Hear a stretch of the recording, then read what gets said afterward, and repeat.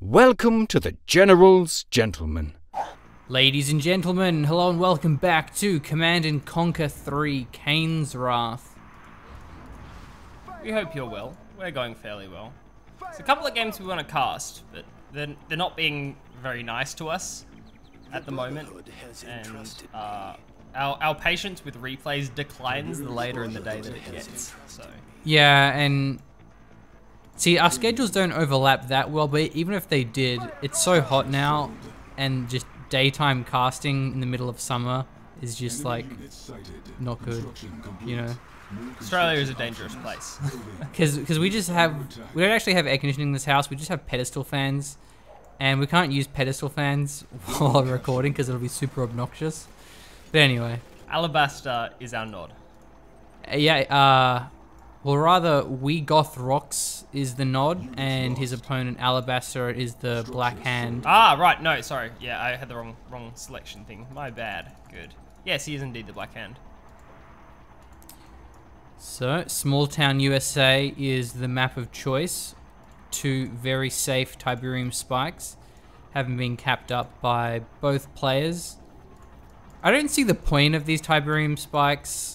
When there's zero chance to deny your opponent capping them, just what's the point of them being on the map? See, I like them because it switches up how the early game works because you have a different amount of economy than normal. So, like, I think it's a good way to open up builds. Like, yeah, I think it's a good way to open up builds, which is good. Plus there aren't so safe expansions, so it kind of changes how the flow of the game works. That's true. They are very far expansions. Yeah, that's probably why. They have the Tiberium spikes, but a lot of flame stuff early on, despite being the nod rather than the black hand. Two flame tanks, even a squad of black hand, perhaps because he sold the operations center. Yep, that's why he has the black hand squad. Yeah, plenty of rocket boys are rolling in. But, they're gonna have to be microed pretty well to fight against flame tanks, and it's not going out so well for them. There are buggies, there are flame tanks, and everything's going to get cleaned up eventually. Production, though there is harassment starting to go down onto the safe spikes, which is cool. Okay, the MCV is scouted. It is moving down to the bottom right. Perhaps the flame tanks will move to intercept that.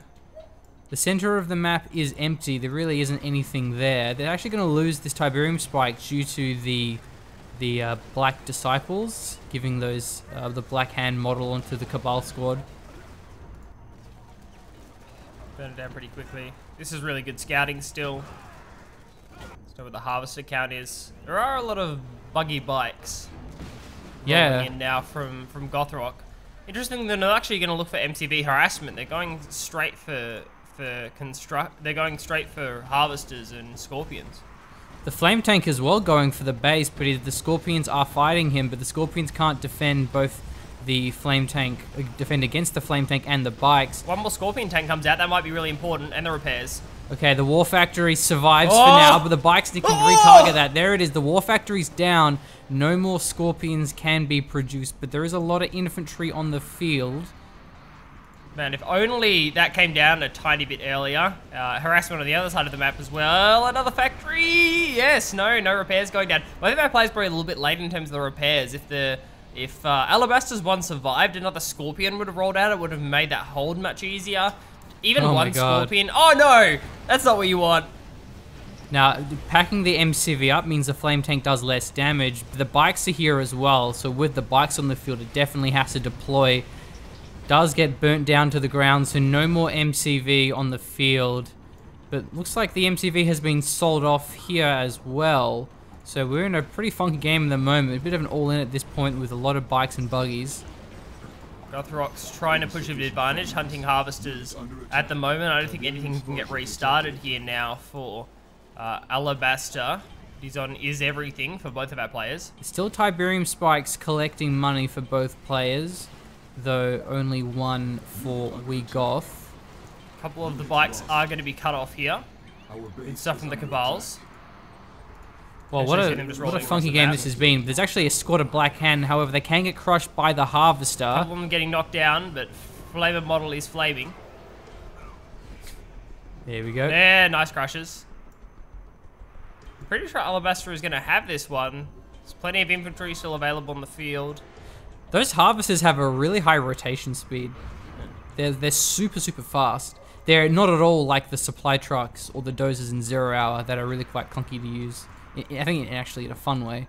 It means it's harder to micro them because you have to account for their rotation speed and such.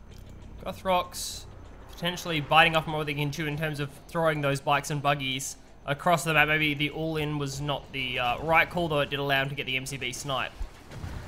There's a lot of infantry on the field going straight for the core. Tower goes down. There's another shredder turret in the base. The squad of Black Hand and more turrets are being deployed. The Harvester can actually get some great crushes here. It is stealthed as well, so you don't see it coming. This should be the time to pull the Harvester. The Harvester needs to go in now, especially with the concave. Whoa! Sniping. Whoa! That's pretty sick. He spawns an operations center and sells it off just to get the squad of Black Hand. Next level defense. And here comes the Harvester finally. Not a lot of infantry squads left, but it might be enough to snipe this one down. Good micro so far. The Harvester 360 no scopes back to the Tiberium patch. Very nice crushes. Good, one of these shredders is still alive. It seems like the defense is actually going to hold him at WeGothRock. That's so well played. It feels like a late Harvester pull, but that worked out so well. Dude, that operation center play was nuts. I don't think this Black Hand survived for long, but they did tank a lot of damage while a shredder was firing. Yeah, and those shredders are very powerful. Now look at this. We have a nice Saboteur looking to steal the Tiberium spike.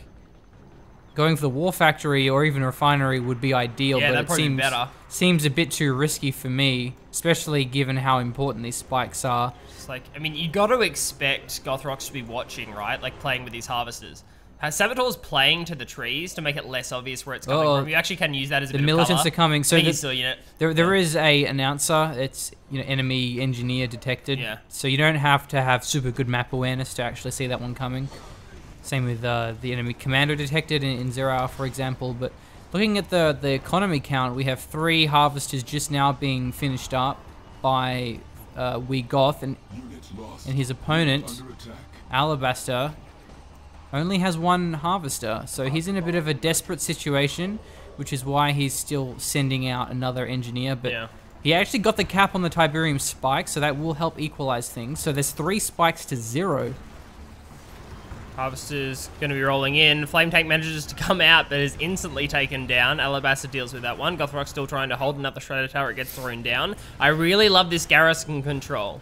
And playing forward of the garrisons is really smart. So they can't be harassed by flame tanks, but there are a lot of Black Hand getting spawned out now. Another operation center sell off. A flame tank would be nice, but he keeps selling the operation center, so he can't rebuild multiple flame tanks. There it is, just constantly throwing out Black Hand squads.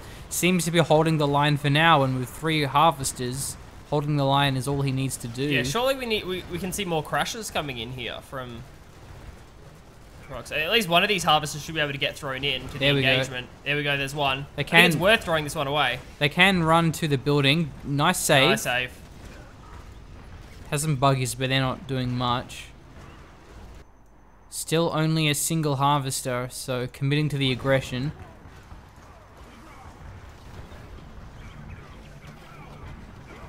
Oh, Black Hand gets the garrison clear before they go down. Actually got a few squads by the looks of it. Yeah, there was at least a couple. Villains get focused. What's it going to be? Oh, there's actually a lot of squads it's a buggy. here. These harvesters got to move. They got to do something. Got to use those health pools. Right now, that's a good opportunity. They're quite low, however. Both of these harvesters, they do get revealed when they start crushing. The buggy gets sniped. Yeah, pairing up the harvesters is a good move. The infantry's pretty far forward, so they have to commit to this one. Sells off the M. No, there it is. There's a GG. Oh, dude, the refinery got capped. Oh, that was it. Right. I was wondering. I thought I saw a color change there. I'm just like, what was it? I'm like, it was the refinery. I was wondering why he didn't at least try and crush with the harvesters first. But yeah, good capping with the engineer. Getting first the spike, but then also the refinery. So what a really aggressive game, actually, of Kane's Wrath. No tech lab this time around. A lot of flame tank shenaniganry, a lot of Black Hand shenaniganry. It was pretty cool, actually. I don't know if there was maybe an overcommitment to those operation center cells. some of those Black Hand squads were really impactful, and some of them kind of looked like throwaways. Yeah. A bit. It was kind of all the money was getting turned into that. Just seemed like a big commitment to get those squads out, but the holds were so close. Shredder turret placement was really good. I love that from WeGothRock, and it's cool to see these, like MCV snipe games and like players trying to calculate exactly how much they need to defend. Yep. Because you want to go for as high tier units as possible in that situation. Like you want flame tanks out and things like that. It's like how many times do I have to sell off operations centers and get Black Hand out to hold this? So some pretty cool calculations from both of our players. I enjoyed that game. That was cool. Yeah, and so you can sell the operations center for the Black Hand, but you can also sell the MCV for an engineer. So when you want to cap a Tiberium spike, but you don't want to build a barracks like a big noob, you just build an MCV for $3,500. And then you sell that off. Yeah, sell it off, get a saboteur out. Doesn't exactly work out being cost effective because you lose $1,750. But hey, swag points. I would like to see that. That's got to be one of the Kane's Wrath equivalents of swag points. Yeah. Building an MCV. You could make some clutch plays though, because you can use the engineer to insta heal a building. So say if your war factory is being engaged and you sell the MCV, use the engineer, repair the war factory. Yeah. At least I'm pretty sure you can do that in CNC3. I know you certainly can in other CNC games. But anyway, thanks for watching.